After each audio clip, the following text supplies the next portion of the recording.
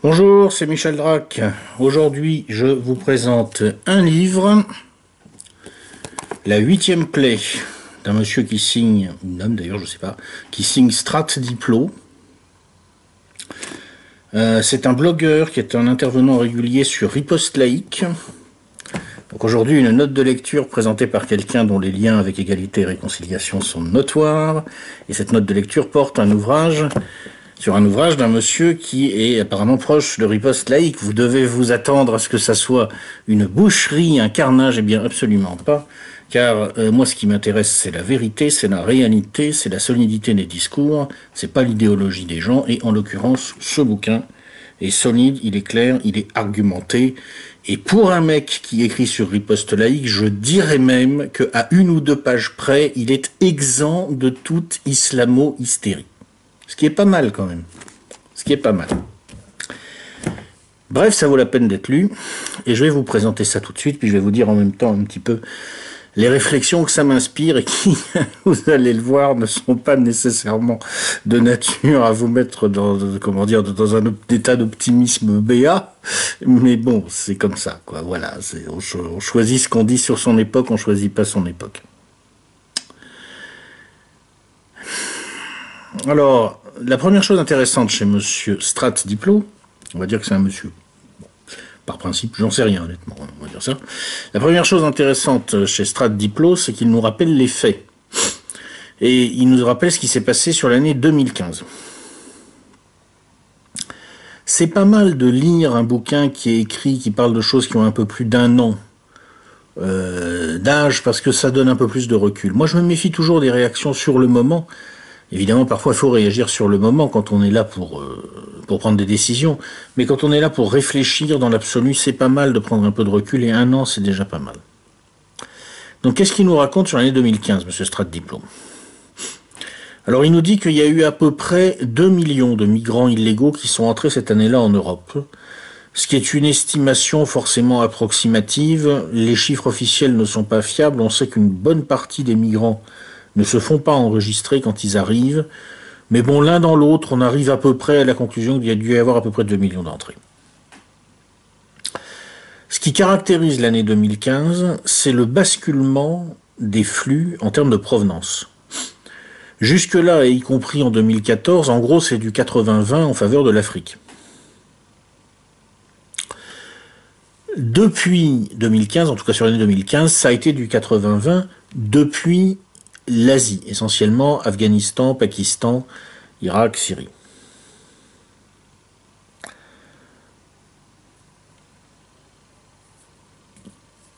Alors, qu'est-ce qui s'est passé exactement pour expliquer un basculement pareil ? Alors, M. Strat Diplo commence par nous rappeler que le 21 août 2015, Madame Angela Merkel, qui avait pris sous son bras Monsieur François Hollande pour dire les Français sont d'accord avec nous, parce que c'est le principal travail des Français maintenant en Europe, c'est d'être d'accord avec les Allemands.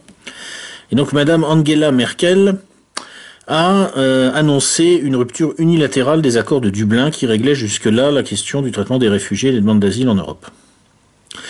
Et elle a dit en substance que tout Syrien serait accueilli en Allemagne, même s'il transitait par d'autres pays. Ce qui revenait à dire en gros, vous entrez dans l'espace Schengen, vous le traversez, vous arrivez en Allemagne, c'est open bar, c'est pour vous. Alors imaginez un peu le message que ça passe pour des gens qui vivent dans des conditions matérielles souvent très difficiles, et à qui on dit, voyez, tous les avantages qui sont accordés aux clandestins en France, aide médicale de l'État, par exemple, à laquelle les Français revenant d'étrangers n'ont même pas droit. Tous les avantages de ce pays dont on sait, un peu partout dans les pays arabes, qu'il est extrêmement généreux quand il s'y met. Vous savez que Strat Diplo le rappelle. Ce qui est extraordinaire en Algérie, c'est la longévité de nos retraités. Oui. Parce que quand les Algériens qui ont cotisé en France retournent en Algérie, ils touchent leur retraite jusqu'à ce qu'on déclare leur décès. On ne demande pas de certificat de vie trimestrielle. Donc résultat, ils vivent tous jusqu'à 100 ans et plus. Ça se sait ça dans les pays arabes, si vous voulez. Ça... Et après, vous savez, c'est le téléphone arabe. Hein. C'est les Algériens l'ont raconté aux Libyens, qui l'ont raconté aux Égyptiens, qui l'ont raconté aux Syriens, qui l'ont raconté aux Irakiens, qui l'ont jusqu'au fin fond de l'Afghanistan, les mecs, ils le savent. Ils le savent pour nous, ils le savent aussi pour les Allemands, ils le savent pour tous les Européens. Et ils le savent d'autant plus que manifestement, il y a des gens qui amplifient ces rumeurs, si vous voulez. C'est-à-dire que on a des agents d'influence de diverses puissances, de divers réseaux, qui manifestement ont fait passer le message dans les foules des pays arabes et musulmans d'une manière générale, et aussi en Afrique, dans l'Afrique non musulmane. Mais M. Strat-Diplo, pour des raisons qui sont assez évidentes du point de vue de quelqu'un de riposte laïque, nous parle quand même beaucoup plus des pays musulmans, c'est son truc. Bon. Mais il parle pas que de ça, il faut le préciser quand même. Il y a quand même beaucoup de ça. Eh bien, M. Strat-Diplo nous apprend, par exemple, ce que dit le cheikh israélien. Il l'appelle le cheikh israélien parce que le mec, c'est un Palestinien évidemment, mais comme il vit sur un territoire annexé, enfin conquis par Israël, c'est un Israélien. Hein. Il a de l'humour, monsieur Strat-Diplo, il est très marrant. Et donc le cheikh israélien Mohamed Ayed, qui a prononcé à la mosquée Al-Aqsa de Jérusalem, a tenu notamment le 11 septembre 2015 un discours enflammé sur la crise de fécondité des hommes européens dégénérés, le désespoir des femmes européennes avides de sexe, et la nécessité d'apporter et d'exercer la virilité de l'homme musulman à l'Europe, qui en a un tel besoin lucide qu'elle déroule des tapis rouges pour les immigrés et est prête à les entretenir juste pour ces services-là. Ce qui se terminera non seulement par la fécondation, mais aussi la conquête de l'Europe et l'écrasement des Européens. D'après M. Strat-Diplo, c'est un discours qui a été tenu à la mosquée Al-Aqsa de Jérusalem. Et là, c'est M. Strat-Diplo ne le dit pas, mais moi je voudrais faire remarquer au passage une chose. Je doute qu'à la mosquée Al-Aqsa de Jérusalem, ce cheikh ait pu tenir ces propos-là sans que les autorités israéliennes ne lui aient fait savoir que non, vas-y, c'est open bar. Petite remarque au passage. Peut-être je me trompe, hein. Bon. On reparlera après des Israéliens. Vous allez voir, c'est intéressant cette histoire. Bref, dès lors que Mme Merkel, cette andouille, avait fait savoir qu'il suffisait de se pointer pour être enregistré au guichet, ou en tout cas qu'on ne se ferait pas virer, bon bah ça a été la ruée. Ça a été la ruée. Et qu'est-ce que ça a été cette ruée? Alors, M. Strat-Diplo donne des chiffres, et ce qui est intéressant, c'est que c'est des chiffres sourcés, c'est-à-dire qu'il nous donne ces chiffres en disant qui a dit ça, qui a mesuré quoi. Et ce ne sont pas des gens sans crédibilité dont il parle. Il nous parle entre autres, d'autorités comme le ministère de l'Intérieur allemand. Et il nous apprend que ces flux massifs, donc de 2 millions de personnes, ont été composés principalement d'hommes seuls, jeunes, 83% sur le flux qui a traversé la Hongrie, 97% concernant le flux africain qui a été récupéré par la marine italienne. D'où viennent ces gens? Alors seulement 20% d'entre eux se déclarent syriens, et on estime que seulement 30% de ceux qui se déclarent syriens le sont, parce qu'il y a énormément de faux passeports syriens qui circulent. C'est même une industrie, paraît-il, en Turquie de fabriquer des faux passeports syriens. Bref, on nous a vendu ça comme une crise des réfugiés, etc. Pas du tout, ça n'a rien à voir. Bon, ici, non, ça a à voir. Il y a quand même quelques vrais réfugiés syriens dans le lot. Mais voilà, je dirais à 90% ou quelque chose comme ça, c'est des hommes. À 80%, c'est pas des Syriens, au moins, et même probablement à plus de 90%, c'est pas des Syriens. C'est une avant-garde, c'est une tête de pont, et M. Strat-Diplo nous dit que c'est une conquête qui commence et qui n'est pas militaire, parce que tout simplement en face, il n'y a pas de réponse. Ça se tient. Jusque-là, ça se tient. Hein. Disons que c'est une hypothèse crédible. Alors comment se comportent ces gens quand ils arrivent en Europe?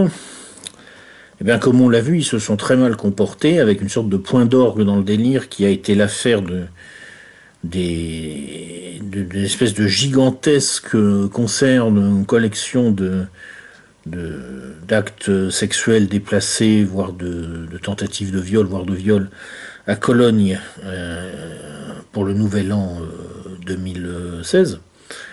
Mais d'une manière générale, ils se comportent très très mal. Alors, pour quelle raison? Pour quelle raison se comportent-ils comme ça?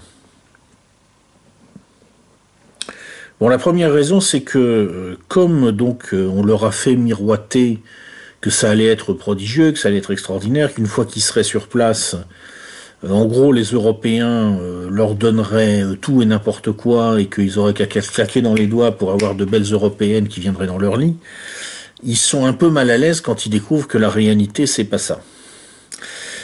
Et M. Stradniplo nous donne un exemple qui est assez comique, qui est celui des Syriens d'Uruguay. Alors, c'est pas les pires, parce que eux, apparemment, c'est des vrais Syriens. Écoutez bien, c'est pas les pires, hein, ceux-là. Dans le cadre d'un programme gouvernemental d'accueil des réfugiés, des Syriens d'Uruguay donc, sont arrivés en octobre 2014 d'un camp de réfugiés au Liban, et ils ont été logés près de Punta del Este, qui est considéré comme la Monaco d'Amérique du Sud. Il paraît que c'est un lieu paradisiaque, formidable, etc. Pratiquement tous de petits commerçants indépendants avec un niveau de vie correct avant la déstabilisation de la Syrie, ils ont été dotés de logements modernes, gratuitement pour une durée de 2 ans, ainsi que d'allocations mensuelles d'insertion, de cours d'espagnol qui ne les intéressaient pas, de comptes bancaires, de téléphone portable et d'assurance médicale complète. Ça va quand même, hein. On a aidé les hommes à trouver des emplois à temps complet, type peintre en bâtiment, au salaire minimum, certes, car ils n'ont aucune qualification utilisable sans pratique de l'espagnol. Lorsque les conflits entre familles ont failli dégénérer, on les a séparés, et certains d'origine paysanne se sont vus confier gratuitement dans une autre région une parcelle cultivable sur laquelle on a construit une maison neuve.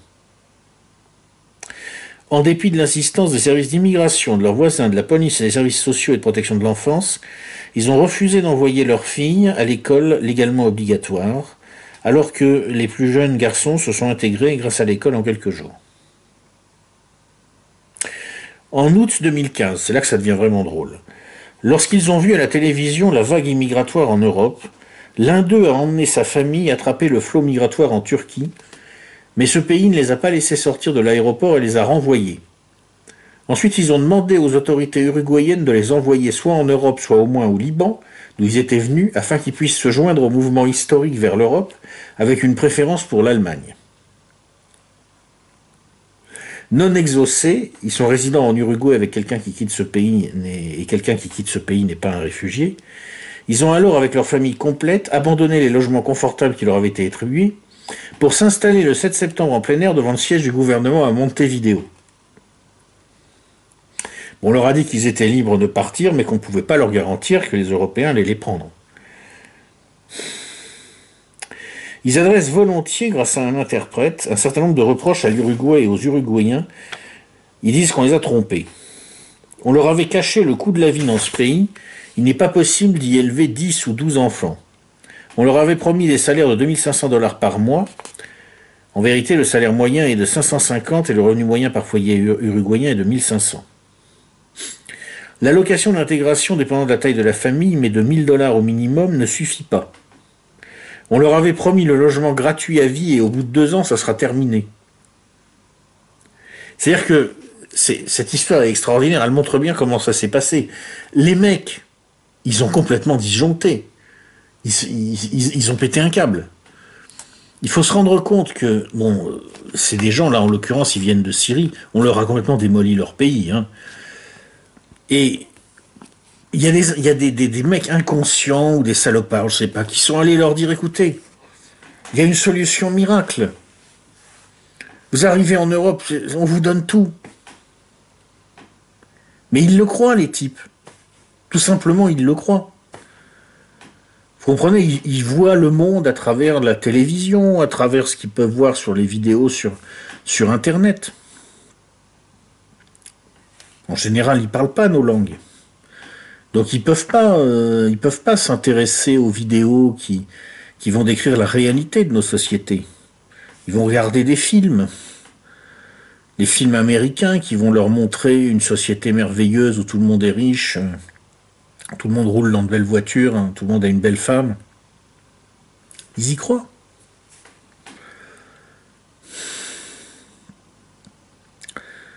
Et alors évidemment, qu'est-ce qui se passe?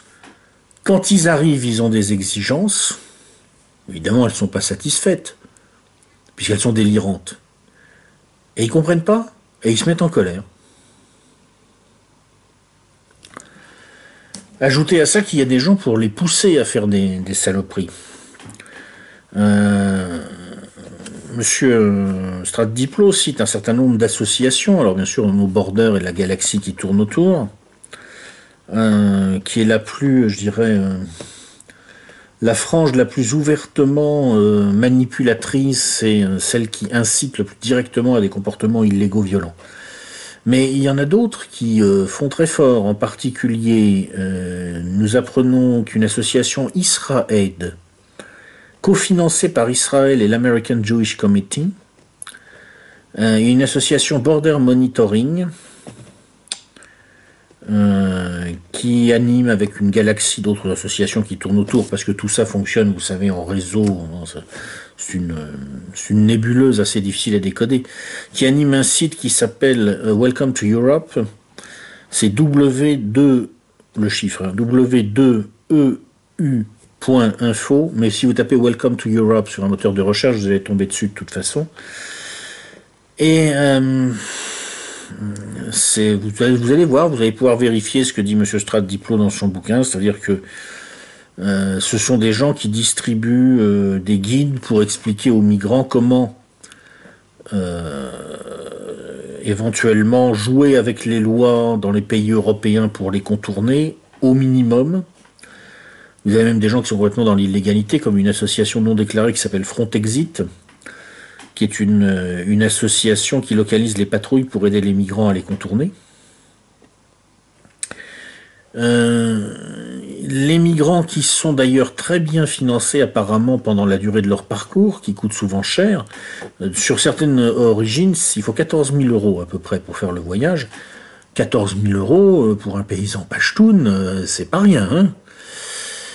Eh ben, ils les trouvent apparemment, tout comme ils trouvent des portables dernier cri qui leur sont fournis, on ne sait pas très bien par qui, et avec lesquels d'ailleurs les manœuvres No Border sont coordonnées, ce qui pose le problème de savoir comment les No Border savent quel numéro il faut appeler, à quel moment. On trouve souvent des associations, il y a l'Open Society de George Soros derrière les financements de ces équipements. Le plus beau maintenant, alors ça c'est tellement incroyable que je vais vous lire ce que dit M. Stratdiplo, parce que je voudrais pas que vous croyiez que je me fous de votre gueule. Mais je sais pas si c'est vrai ce qu'il dit, hein. C'est tellement gros que moi mais je vous le lis quand même. Un autre viatique qui a certainement un coût est la prime d'intrusion. Il s'agit d'une somme que les migrants n'ont pas encore sur eux en quittant les côtes turques. En général, ils n'ont d'ailleurs guère plus que leurs vêtements et l'argent seraient volés par les Turcs. Et qu'ils ne perçoivent pas non plus en Grèce où ils ne font que passer. Sur le corridor 10 de la partie non occupée de Serbie, les foules venues d'Asie sont rejointes par celles venant de la province de Kosovo et Metochi occupée par l'OTAN. C'est une des plaques tournantes de ce trafic, hein, le trafic d'êtres humains en fait. Hein. La prime d'intrusion n'est donc perçue qu'au moment d'entrer définitivement dans l'espace Schengen, c'est-à-dire dans la dernière ville de Serbie à quelques kilomètres de la frontière hongroise, à savoir Subotica. Là, des queues de plusieurs centaines de mètres se formaient pour retirer individuellement un montant reçu par mandat électronique d'une fameuse entreprise financière états-unienne, dont le service de mandat n'est d'ailleurs pas donné, et qui, d'après les employés du bureau de poste, s'élevait à 1000 ou 1500 € selon les cas.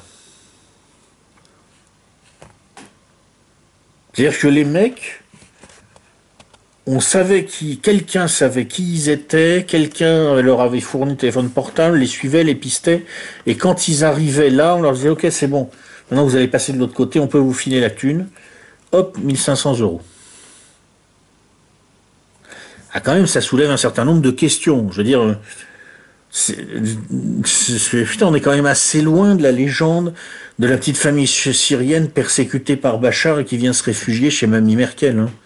Il s'est passé un truc là entre-temps, parce que je sais pas moi, mais entre la petite famille syrienne qui veut se réfugier chez Merkel parce qu'elle a peur du grand méchant Bachar, et puis des flux masculins à au moins 90% où il y a à tout péter 10% de Syriens grand maximum, et des mecs qui arrivent comme ça en masse et ils sont suivis, ils sont pistés, ils ont un téléphone portable et on leur file la thune quand ils entrent. Ah, il s'est passé un truc entre les deux, hein. Je veux dire, entre le discours et la réalité, il y a comme un écart, quoi. Et donc, fini de nous raconter Monsieur Strandiplo, évidemment, il y a eu des conséquences catastrophiques en Europe, des conséquences sécuritaires désastreuses, avec entre autres à peu près, on estime 500 000 migrants non enregistrés rien qu'en Allemagne, dans un premier temps. C'est-à-dire qu'en plus de ceux qu'ils ont reçus, il y en a 500 000 non enregistrés qui vivent de quoi? De petits trafics, de délinquance, etc. Seul objectif apparemment des autorités allemandes, dissimuler ces faits. À propos, par exemple, des événements de Cologne, M. Stratdiplo rappelle, est apparue la volonté d'assurer l'impunité aux criminels, donc issus des migrants, et le déni de justice même a posteriori aux victimes, avec la consigne stricte non seulement de ne pas révéler à la presse, mais également de ne pas enregistrer les délits et crimes dès que des intrus y sont impliqués, comme l'ont d'ailleurs constaté des victimes tentant de déposer plainte à Cologne, et comme des cadres de la police à Francfort et en Rhénanie du Nord et Westphalie ont déclaré qu'ils en avaient reçu l'ordre express. La police peut soumettre des fillettes à plusieurs heures d'intimidation, hors présence des parents, pour tenter de leur faire admettre qu'elles étaient consentantes, alors même que leurs violeurs se vantent de leur défloration collective sur Facebook, comme dans le cas de la petite Lisa de Berlin, début janvier 2016.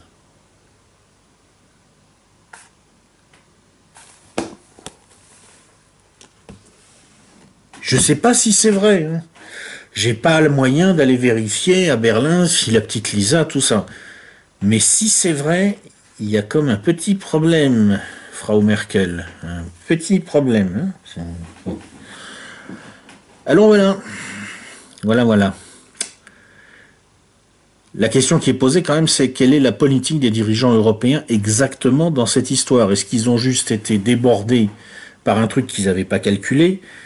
Ou est-ce que tout ça, c'est volontaire? Bah clairement, ce que nous explique M. Stratdiplo, c'est que c'est en très grande partie volontaire et c'est évident. 2014, l'Italie lance l'opération Mare Nostrum, multiplication par 4 du flux venant d'Afrique, qui passe de 43 000 en 2013 à 170 000 en 2014. À partir de ce moment-là, les passeurs, les trafiquants de chair humaine basés en Libye, puisqu'on a détruit l'État libyen, entre-temps, je rappelle qu'il y a une plateforme, il y a une plaque tournante de ce trafic, c'est le Kosovo, construit par l'OTAN. Il y en a une autre, c'est la Libye. Enfin, la Libye, ce qu'il en reste, quoi. Et, hein, ce territoire transformé en zone sans État par la magie de l'OTAN. Et à l'appel de M. Bernard-Henri Lévy. Eh bien, les passeurs donc libyens appellent eux-mêmes le centre de coordination des secours maritimes italiens pour dire où il faut aller chercher des embarcations. Bon, on vient de vous mettre quelques centaines de subsahariens là à la flotte. Il y en a la moitié qui va se noyer, mais vous pouvez aller chercher l'autre moitié. Ça doit être ça, hein. On arrive en août-septembre 2015 et là il y a un certain nombre d'éléments qui se produisent, si vous voulez, qui montrent que tout ça a été quand même dans une certaine mesure programmé. D'abord, il y a on invente une nouvelle catégorie, c'est les migrants. Il faut remarquer qu'avant on ne disait pas migrants. Il y avait des immigrés, il y avait des clandestins, il y avait des réfugiés. Mais un migrant, ça n'existe pas. En fait, ça permet de dire en gros, c'est un mec qui est rentré dans le pays, c'est pas un immigré, parce que l'immigré dans l'esprit collectif, si vous voulez, même si c'est pas le sens exact, mais en termes de connotation, c'est quand même d'abord un travailleur immigré. C'est pas un travailleur immigré, hein, bon. C'est pas un réfugié en réalité, on a bien vu que c'est pas vrai tout ça, cette histoire, c'est pas des réfugiés, il y en a quelques-uns, mais il y en a très peu. Faut pas dire que c'est un clandestin, parce qu'un clandestin, quelque part, ça veut dire, ah, attends, c'est mal, c'est illégal, etc. Non, alors on va dire que c'est un migrant, tiens, un migrant, ça sonne bien, migrant.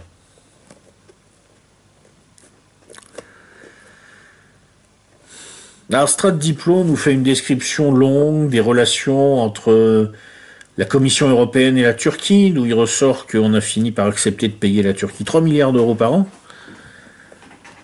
soi-disant pour garder les migrants, mais qu'en fait tout indique qu'on l'a surtout payé pour qu'elle continue à nous les envoyer. En gros, on file 3 milliards à Erdogan et en échange, lui, il s'engage à essayer de les bloquer.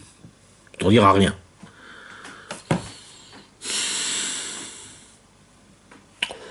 Personne ne négociait aussi mal, même Juncker en état d'ivresse.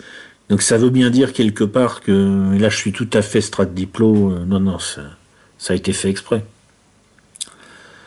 Tiens, je m'aperçois que j'ai oublié de changer de lunettes, excusez-moi, parce que je change de lunettes quand je fais mes vidéos. Je mets une paire de lunettes qui reflètent moins les lumières, parce que c'est désagréable pour les gens. Voilà. Oui, qu'est-ce que je disais voilà ce qu'il en est des relations avec la Turquie. Monsieur Stradiplo nous rappelle aussi les déclarations d'un certain nombre de nos dirigeants, c'est toujours marrant. Il fait remarquer que Monsieur Fabius, le 30 août 2015, a critiqué vertement la clôture entre la Serbie et la Hongrie. Quelle horreur, n'est-ce pas? C'est tout juste qu'il nous a pas dit que c'était le retour d'Adolphe. Par contre, on remarquera que M. Fabius n'a rien remarqué toutes les fois qu'il est allé en Israël. Le mur, là, avec les Palestiniens... Non, là, il n'a pas vu. Il n'a pas vu, ça lui a échappé. On retrouve aussi l'article du 7 septembre 2015 de Monsieur Attali, qui s'appelait Hongrexit, où il a expliqué en gros que il fallait, il n'a pas dit qu'il fallait vitrifier la Hongrie, mais presque, quoi. Il n'est pas tout à fait allé jusque-là, quand même, parce que c'est un modéré, Attali.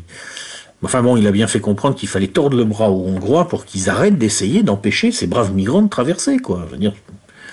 Donc quelque part, ça veut bien dire quelque chose, quoi. C'est-à-dire, si on dit, bon, on va filer de l'argent aux Turcs pour qu'ils essaient d'arrêter le flot, ce qui veut dire on leur a filé de l'argent pour qu'ils continuent à envoyer.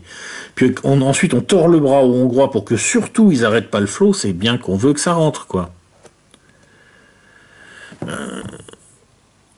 Le 13 septembre, il y a eu un événement qui a fait qu'on s'est demandé un peu, mais peut-être qu'en fait, non, ils essayent vraiment d'arrêter quelque chose. Schengen a été en partie suspendu par Merkel, comme vous le savez. Au retour d'un certain nombre de contrôles aux frontières. Alors, en fait, la cause, d'après Strat Diplo, c'est tout simplement que début septembre 2015, on a frôlé l'explosion pure et simple de l'Allemagne. La Bavière a menacé de reprendre elle-même le contrôle de ses frontières, et à ce moment-là, plus de 50% des Bavarois étaient en faveur de ce genre de mesures, et même se déclaraient intéressés par l'indépendance. Et c'est à ce moment-là que Mamie Merkel s'est dit, bon là, il faut faire quelque chose, parce que visiblement, sinon, je vais perdre le contrôle. Ce qui n'a pas empêché, le 18 septembre, son ministre des Affaires étrangères, M. Steinmeier, de menacer d'une procédure de vote à la majorité pour imposer l'accueil des migrants au groupe de Visegrad. Vous savez, les Polonais, les Tchèques, les Slovaques et les Hongrois, ces orientaux mal embouchés qui ont dit non mais ça va pas, nous on n'en veut pas de votre truc. Le même jour, M. Ban Ki-moon à l'ONU a demandé qu'on fasse plus pour les réfugiés. Et dans la foulée, alors ça a été la curée, tout le monde en a parlé pour dire ouais, il faut les accueillir, le roi d'Espagne, le chancelier autrichien, le premier ministre néerlandais, le vice-président de la Banque Centrale Européenne, et Christine Lagarde qui passait par là et qui est venue rapporter aussi la petite cerise du FMI sur le gâteau mondialiste. C'est ok. Non, c'est fait exprès. Parce qu'on a vu avant sur les 2 millions de mecs qui se pointent, dont 90% sont des jeunes hommes en âge militaire, c'est fait exprès, c'est une invasion organisée par les classes dirigeantes européennes. Il faut appeler les choses par leur nom. C'est ce qu'explique M. Stradiplo. Il a tout à fait raison, je suis tout à fait d'accord avec lui, c'est la vérité. À partir du mois d'octobre 2015, la communication des classes dirigeantes, ça a été beaucoup d'enfumage. Ils ont fait semblant de plus en plus clairement de lutter contre le flux, alors qu'en fait, pour l'essentiel, ils l'accompagnaient encore et ils l'encourageaient.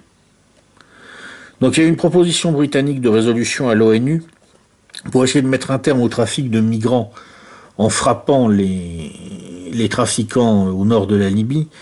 Bon, c'est clairement une bouffonnerie sans effet, parce que si vous voulez, une fois que les subsahariens sont arrivés sur la rive de la Méditerranée, ils ne peuvent que se lancer, parce qu'ils ne peuvent pas revenir en arrière et ils ne peuvent pas rester en Libye, qui est un pays aujourd'hui sans État, tenu par des milices d'arabo-berbères islamistes très racistes anti-noirs, qui traitent très mal les noirs. Et donc les mecs vont se lancer, ils vont se lancer de toute façon. Hein. Le seul moyen d'arrêter les choses, ça serait de restaurer l'État libyen. Voilà. C'est-à-dire faire le contraire de tout ce qu'on a fait depuis 2011, quoi. Ensuite, nos dirigeants, la Commission européenne, ils ont vraiment parlé du corps européen de garde-frontières, où ils vont faire quelque chose. Alors, il s'avère finalement qu'ils promettent 1200 agents d'ici 2020. Vous imaginez, hein, donc il y a 2 millions de mecs qui rentrent, 1200 agents d'ici 2020.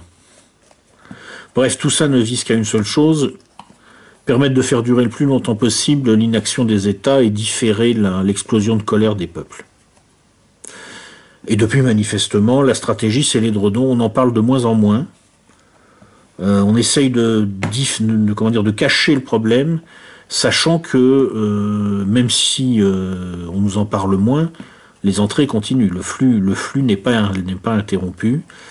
Et on approche maintenant d'une situation vraiment incontrôlable, avec en particulier des risques sanitaires dont nous parle ce Stradiplo. Ça aussi, c'est pas mal. On note de plus en plus de cas de syphilis et de tuberculose que l'on pensait pratiquement éradiquer en Europe. Début septembre, l'herpès et la gale ont commencé à se répandre dans Paris à partir du ghetto de la Porte de Saint-Ouen.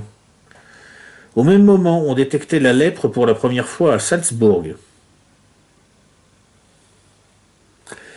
Le paludisme arrive aujourd'hui d'Afrique et d'Asie par flot incessant, y compris des souches multirésistantes. Selon les bateaux, entre le quart et le tiers des Africains débarqués en Italie en sont porteurs.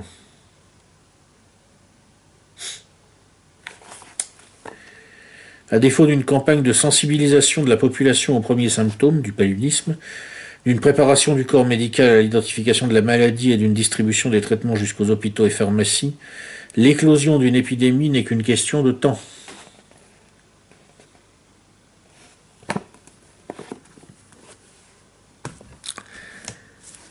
Voilà. Voilà sans doute aussi une des raisons pour lesquelles on nous en parle de moins en moins. Le truc est en train, je pense, d'échapper au contrôle de ceux qui l'ont lancé. Ah, évidemment, la question c'est pourquoi l'ont-ils lancé? Bon, c'est pas pour des raisons humanitaires, faut être sérieux. Hein. M. Stradiplo fait remarquer à juste titre que le gouvernement français a refusé le refuge contre les persécutions politiques à M. Julian Assange le 3 juillet 2015 et qu'il a refusé ce refuge moins d'1 heure après la demande, alors que la durée moyenne de traitement est de 2 ans.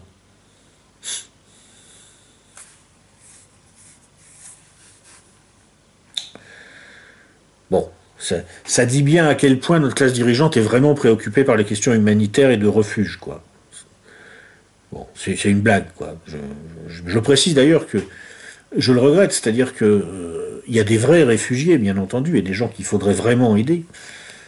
Et je ne les amalgame pas du tout aux problèmes dont je viens de parler. Simplement, dans la réalité, notre classe dirigeante en a rien à foutre des questions humanitaires. Enfin, je veux dire, qui y croit encore?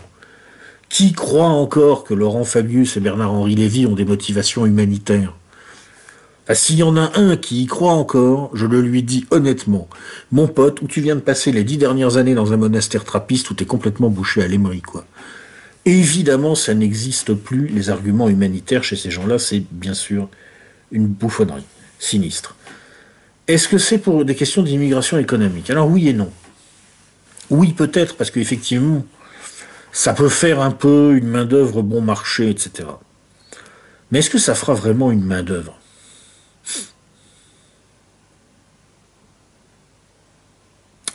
Si on écoute la Commission européenne, voilà ce qu'elle nous dit.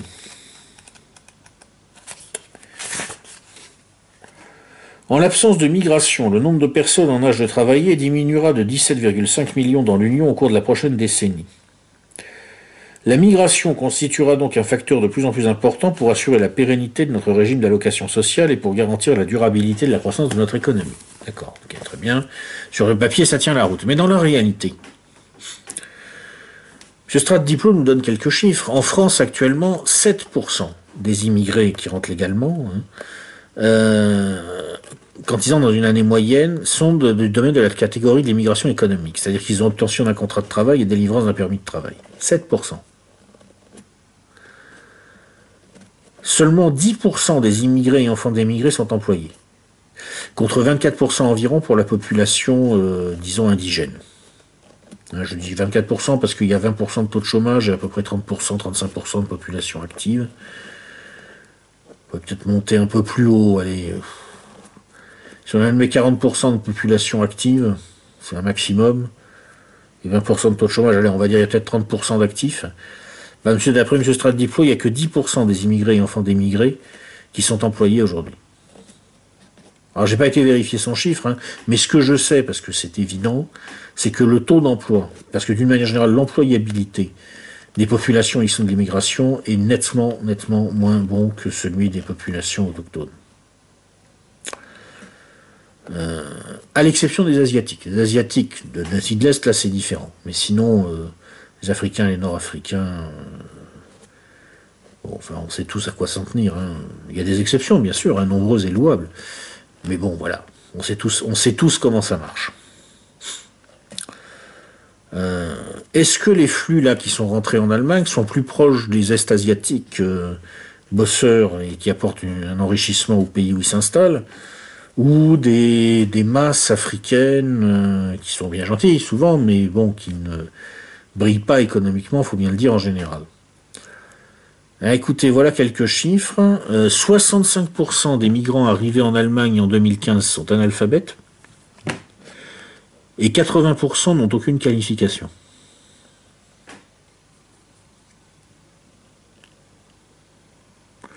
Alors il y a quand même des gens économiquement qui vont s'y retrouver.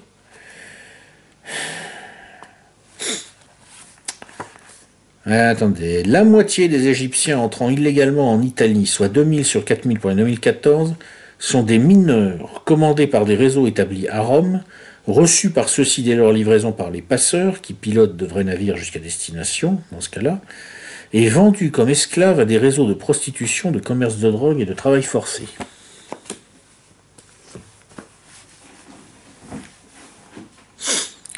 Enfin, si on met à part ce genre d'activité économique, c'est mal barre pour soutenir la croissance d'une économie allemande qui est caractérisée par sa haute intensité technologique. Et donc l'explication économique, j'y crois pas trop. Pas pour cette immigration-là. Alors il reste quoi comme explication? Il en reste deux. La première est géopolitique. C'est vrai qu'il semble bien que quand même dans cette affaire en 2015, la Turquie ait joué un rôle clé. Et la Turquie a une maintenant assez longue tradition de sponsor des flux migratoires invasifs en Europe. En 2009, l'aviation turque a menacé d'abattre un hélico de Frontex. Et il s'est avéré que cet hélico, poursuivant quand même sa manœuvre, il a pu prendre des photos de patrouilleurs de la marine turque escortant des esquifs remplis de migrants. La Turquie elle-même viole constamment l'espace aérien grec et ça ressemble beaucoup à la couverture aérienne de transfert de population. Dans le sud-est de la Turquie, il semble qu'il y ait maintenant une véritable industrie des migrants, avec en particulier 2 usines qui auraient été installées pour assembler des canaux pneumatiques et la vente quasi institutionnelle de faux passeports syriens. Une véritable industrie, quoi. Bon, c'est pas l'industrie principale de la région, je pense quand même, contrairement à ce que dit M. Stradiplo, ça me paraît difficile à croire. Mais apparemment, c'est bien organisé et ça peut pas être fait sans l'aval de l'État turc. L'armée turque elle-même régule manifestement les flots de réfugiés. C'est-à-dire que quand il y en a trop qui s'accumulent sur les côtes turques, ils bloquent les routes en amont. Quand il n'y en a plus assez et que les passeurs disent qu'il faut nous en renvoyer, ils rouvrent les routes. C'est une organisation, hein. Et l'État turc est dedans. Soit dit en passant, la Turquie elle-même se comporte très très mal avec les vrais réfugiés syriens pendant ce temps-là. C'est assez, je dois dire, révoltant.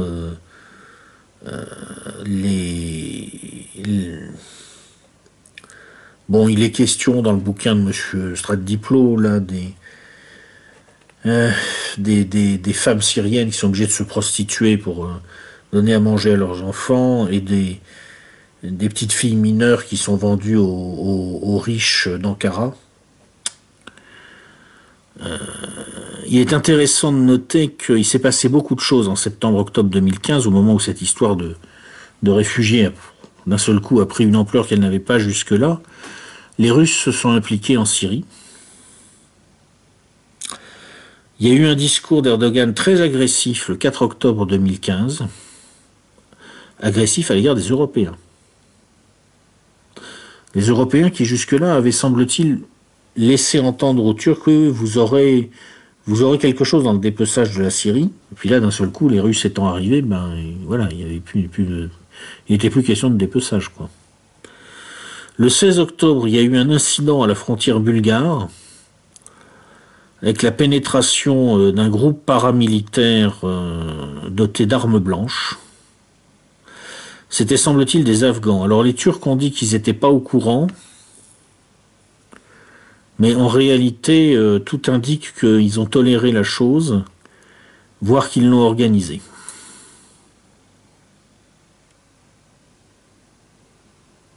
Ça ressemble à un coup de pression mis sur l'Union européenne au moment où on négociait les conditions de l'accord qui a fait que la Turquie touche maintenant un tribut de 3 milliards d'euros par an officiellement pour essayer d'arrêter les flux migratoires.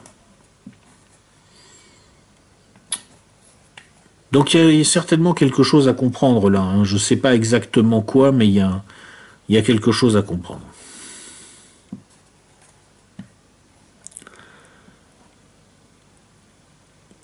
Cela dit, il y a une autre explication, et c'est plutôt l'autre explication, moi, que j'aurais tendance à avaler le plus facilement, même si je pense que la géopolitique a joué un rôle, mais je pense qu'il y a autre chose, parce que la géopolitique n'explique pas la constance. Elle explique que cette opération était accélérée au 4e trimestre 2015, mais on voit bien qu'elle a commencé avant. Dès 2012, il y a eu une révision de la loi en France pour dépénaliser en partie l'aide apportée aux clandestins du moment qu'il n'y a pas d'enrichissement. Il y a eu l'opération Mare Nostrum en 2014. C'est préparé, c'est voulu depuis plusieurs années. Et je pense que l'explication est politique. Pour moi, les classes dirigeantes européennes s'attendent maintenant à la révolte des peuples européens, qui supportent de plus en plus mal le libre-échange inéquitable, l'alignement de leurs conditions de vie sur les pays pauvres, et qui vont se révolter. Et pour maîtriser cette révolte, les dirigeants européens ont ouvert les portes, en quelque sorte, de la cité à une 5e colonne, on va dire vaguement djihadiste, mais surtout, à mon avis, criminelle, manipulable, pour avoir des mercenaires à lâcher sur les populations européennes, pour pouvoir fabriquer des heurts et justifier éventuellement des reprises en main violentes. Moi, c'est mon interprétation des faits.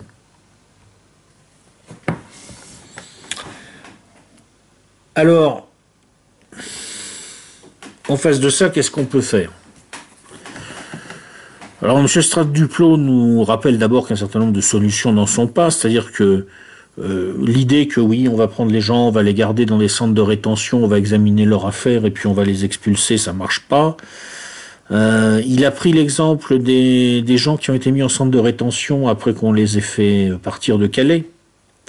Il y a eu des opérations depuis un certain temps où de temps en temps on essaye de désengorger la jungle de Calais en prenant des gens et en les mettant dans des centres de rétention. Au bout de 5 jours, 89% ont déjà été remis dans la nature, ou retournent à Calais d'ailleurs en général. 2% ont été admis dans d'autres pays européens parce qu'ils ont des parents qui ont demandé l'asile ailleurs. Donc en gros, la France se dit, bah, celui-là c'est bon, on peut s'en débarrasser. Et 9% se retrouvent en prolongation de rétention qui peut parfois déboucher sur expulsion. Qu'est-ce qui se passe quand ils sont expulsés? Bah, ça dépend des cas. Mais en tout cas, ce qui est sûr, c'est que les déboutements de demande d'asile, ça sert absolument à rien. 96% des gens dont la demande d'asile est déboutée restent. Une petite partie parce qu'ils contestent et plus de 90% parce qu'ils disent bon, rien à foutre, moi je reste dans le pays en clandestin. Donc ce genre de solution par traitement en quelque sorte, au cas par cas, etc., il faut le faire bien sûr, mais ça ne résoudra pas le problème. Les vraies solutions, d'après M. Stradniplo. Alors d'abord, il rappelle une chose importante, c'est qu'il n'y a aucun fondement juridique aux revendications de type no border. Les frontières ont été établies pour protéger les propriétés collectives territoriales et le droit dit clairement que il n'est pas question de les démanteler, de les nier. Les réfugiés ne peuvent pas être économiques. C'est précisé à l'article 711.1 du Code de l'entrée et du séjour des étrangers et du droit d'asile. Il faut qu'il y ait persécution politique ou liée au sexe. Le droit d'asile, d'ailleurs, en tant que tel, n'existe plus vraiment depuis la Révolution.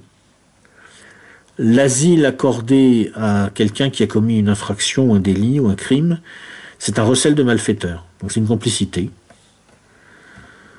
Et la liberté de circulation dans l'espace Schengen ne vaut pas liberté d'installation. De toute façon, c'est-à-dire que c'est pas parce qu'on est dans Schengen qu'on n'a pas le droit de demander à quelqu'un de sortir.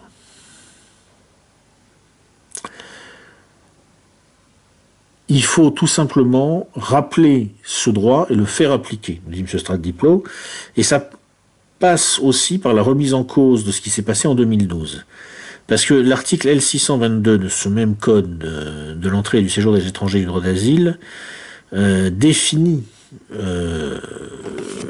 comme un délit le fait d'avoir, je vais vous lire exactement, directement ou indirectement faciliter ou tenter de faciliter l'entrée, la circulation ou le séjour irrégulier d'un étranger en France.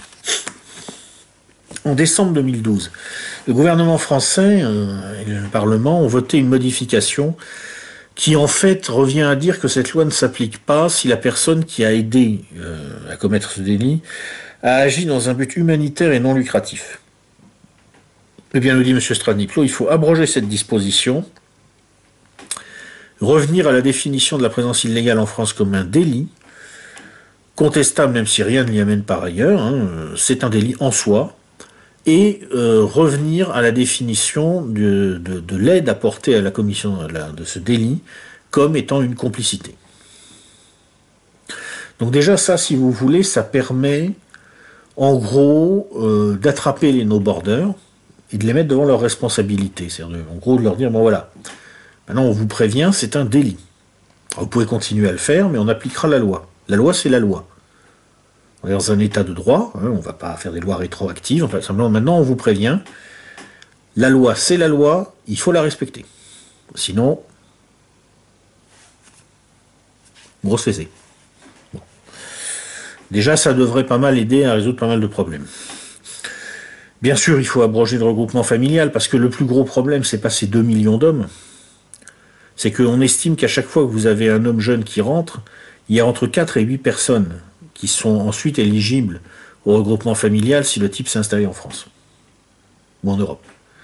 Ça veut dire que quand vous faites rentrer 2 millions de migrants sur une année, à l'horizon d'un certain nombre d'années après, vous pouvez voir arriver jusqu'à 16 millions de personnes légalement. Parce que l'autre se sera fait régulariser.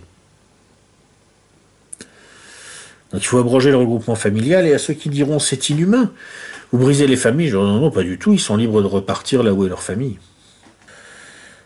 Il faut mettre en place, nous dit en substance M. Stradiplo, une vraie politique d'immigration, il a raison.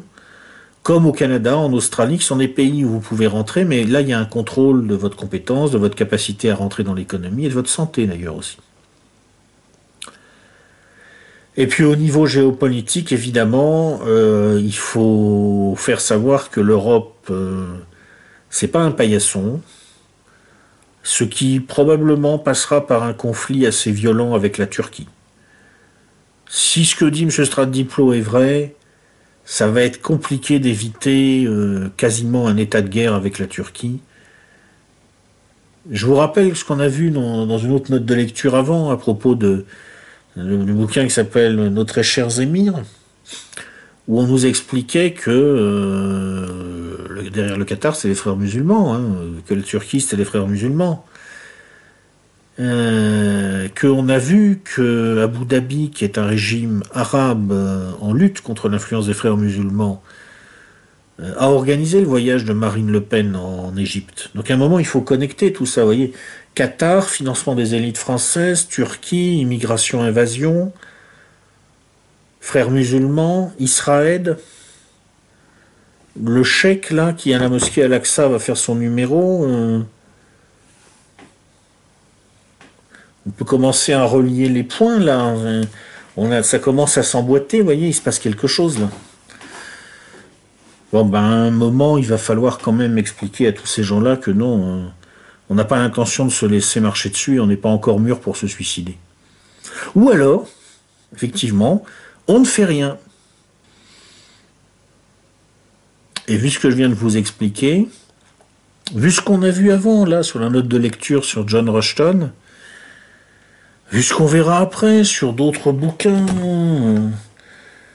parce que des bouquins à chroniquer, j'en ai plein. On va voir, je sais pas moi, tenez, quelques bouquins qu'on fera dans les semaines qui viennent. D'hygiénisme de Richard Lynn. C'est pas mal ça. Le racisme anti-blanc, ça c'est rigolo. D'Hervé Ryssen, je pense que lui il m'aime pas, mais moi j'ai rien contre lui. On va se faire Hervé Ryssen, c'est intéressant. On va se faire Christian Arbulot, Sabordage.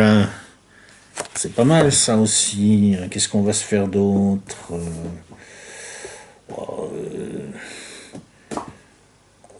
Tiens oui, pour surmonter le moral, on va chroniquer un roman guérilla de Laurent Berton. C'est pas mal ça. Et puis, on va réfléchir au modèle économique de l'antiracisme aussi. Tiens, je vais vous chroniquer Dominique Sopo, le manifeste pour l'égalité. Vous allez dire, il est fou le racle, Dominique Sopo, mais vous allez voir, on va pouvoir s'amuser avec ça. Et puis dans la foulée, on se fera aussi, tiens, Benoît Hamon, tournez la page, vous allez voir, des bouquins à chroniquer, j'en ai plein. Tout ça pour vous montrer que, et là on commence à relier les points entre eux, vous voyez, c'est assez simple, hein. Vous avez, les gars, vous avez, allez, je vais être gentil, je vais dire 5 ans. Jusqu'en 2022, pour vous réveiller, pour revenir dans le monde réel. Et après, eh ben vous vous serez suicidé.